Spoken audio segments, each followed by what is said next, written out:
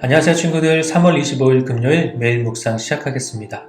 오늘 말씀은 레위기 14장 33절에서 57절 말씀입니다.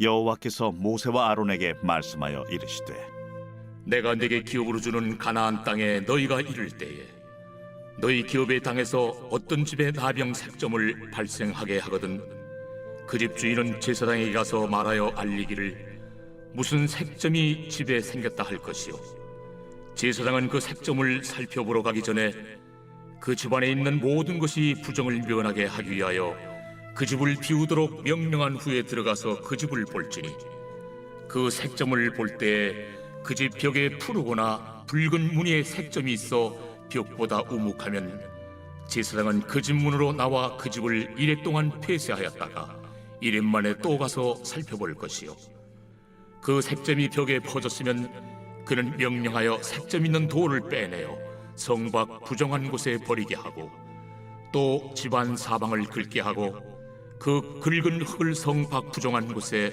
쏟아버리게 할 것이요 그들은 다른 돌로 그 돌을 대신하며 다른 흙으로 집에 바를지니라.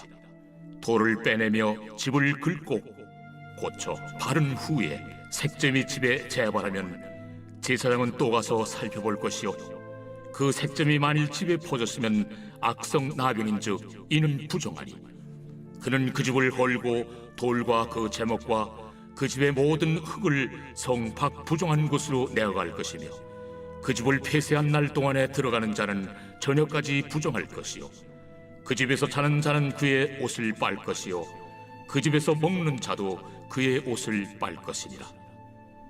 그 집을 고쳐 바른 후에 제사장이 들어가 살펴보아서 색점이 집에 퍼지지 아니하였으면 이는 색점이 나은 것이니 제사장은 그 집을 정하다 하고 그는 그 집을 정결하게 하기 위하여 새 2마리와 백향목과 홍색 실과 우슬초를 가져다가 그 새 하나를 흐르는 물 위 질그릇 안에서 잡고 백향목과 우슬초와 홍색 실과 살아있는 새를 가져다가 잡은 새의 피와 흐르는 물을 찍어 그 집에 7번 뿌릴 것이요 그는 새의 피와 흐르는 물과 살아있는 새와 백향목과 우슬초와 홍색 실로 집을 정결하게 하고 그 살아있는 새는 성 밖 들에 놓아주고 그 집을 위하여 속죄할 것이라. 그러면 정결하리라. 이는 각종 나병 환부에 대한 규례니 곧 옴과 의복과 가옥의 나병과 돋는 것과 뾰루지와 색점이 어느 때는 부정하고 어느 때는 정함을 가르치는 것이니 나병의 규례가 이러하니라. 아멘. 네, 오늘 말씀은 이 곰팡이로 부정해진 건물을 정하게 하는 의식에 대해서 말씀해주고 있어요. 34절 말씀해 보니까 건물에 나병색점이 생기면 제사장에게 알리라고 말씀하고 있는데요. 이 나병색점이 바로 곰팡이를 말씀하는 거예요. 오늘 말씀에도 이 곰팡이가 생겨서 부정한지 아닌지를 판단하는 것은 누구일까요? 네, 당연히 제사장이겠죠. 제사장은 집을 검사하기 전에 그 집에 있는 사람들을 모두 나오도록 한 후에 그 집에 들어가서 벽에 있는 곰팡이의 상태가 어떤지를 살피게 돼요. 이 곰팡이가 푸르거나 또 붉은 무늬의 점이 있어서 진짜로 곰팡이인 것 같다. 그러면 7일 동안 집에 아무도 들어가지 못하게 했다가 7일 후에 제사장이 다시 가서 그 벽을 살펴보게 됩니다. 그리고 그 후에 색점이 사라지지 않고 오히려 더 퍼져 있으면 색점이 있는 그 건물, 그 부분에 있는 돌을 빼내서 성 밖에 있는 부정한 곳에 버려요. 그리고 온 집안을 긁어내서 그 흙들도 성 밖에 있는 부정한 곳에 버렸어요. 긁어낸 곳, 그 없앤 부분들, 그 빼낸 부분들, 그런 부분들은 다시 다른 것으로 돌과 흙으로 다시 메꿔 놓는 거예요. 이렇게 부정해진 집을 수리하게 되는데 그런데 또 곰팡이로 보이는 것이 다시 생겼다. 그러면 또다시 누가 가겠습니까? 네, 제사장이 가서 살피게 되겠죠.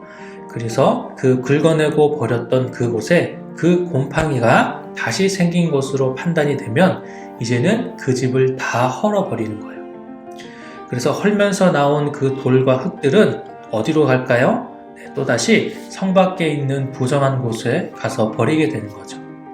그리고 그 부정했던 집에 들어가서 이 폐쇄할 동안 들어가 있었던 그 사람들은 그 집과 같이 저녁까지 부정해지게 되는 거예요. 자, 그렇게 이 집을 다시 고치고 난 후에 제사장이 또 가서 살펴본 후에 곰팡이가 다시 생기지 않으면 그때서야 정하다라고 판단하게 되는 거예요. 그리고 어제와 같이 흐르는 물에서 새를 잡고 7번 뿌리게 됩니다. 그 피를 뿌리게 돼요. 또 새 한 마리가 또 있었죠. 그 새는 어제처럼 풀어주게 됩니다. 이렇게 속죄하며 정결하게 되는 일이 마무리가 되는데요.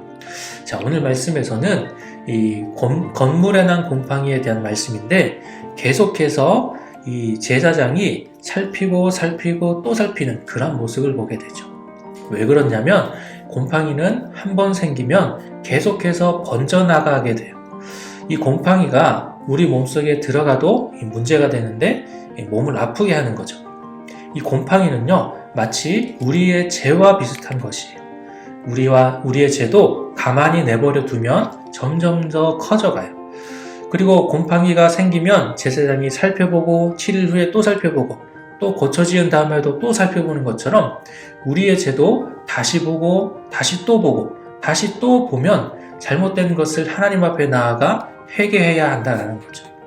자, 사랑하는 예수와 친구들, 오늘 말씀을 통해서 이 죄에 대해서 생각해보는 시간이 되었으면 좋겠어요. 마치 곰팡이처럼 계속해서 번져나가기 쉬운 우리의 그 죄, 그만큼 잘 살펴보고 또 살펴보고 죄를 발견할 때마다 그 죄를 하나님 앞에 나아가서 벗어낼 수 있는, 회개할 수 있는 우리 친구들이 되기를 소망합니다. 네, 오늘 말씀은 여기까지고요. 내일 또 다시 만나겠습니다. 안녕.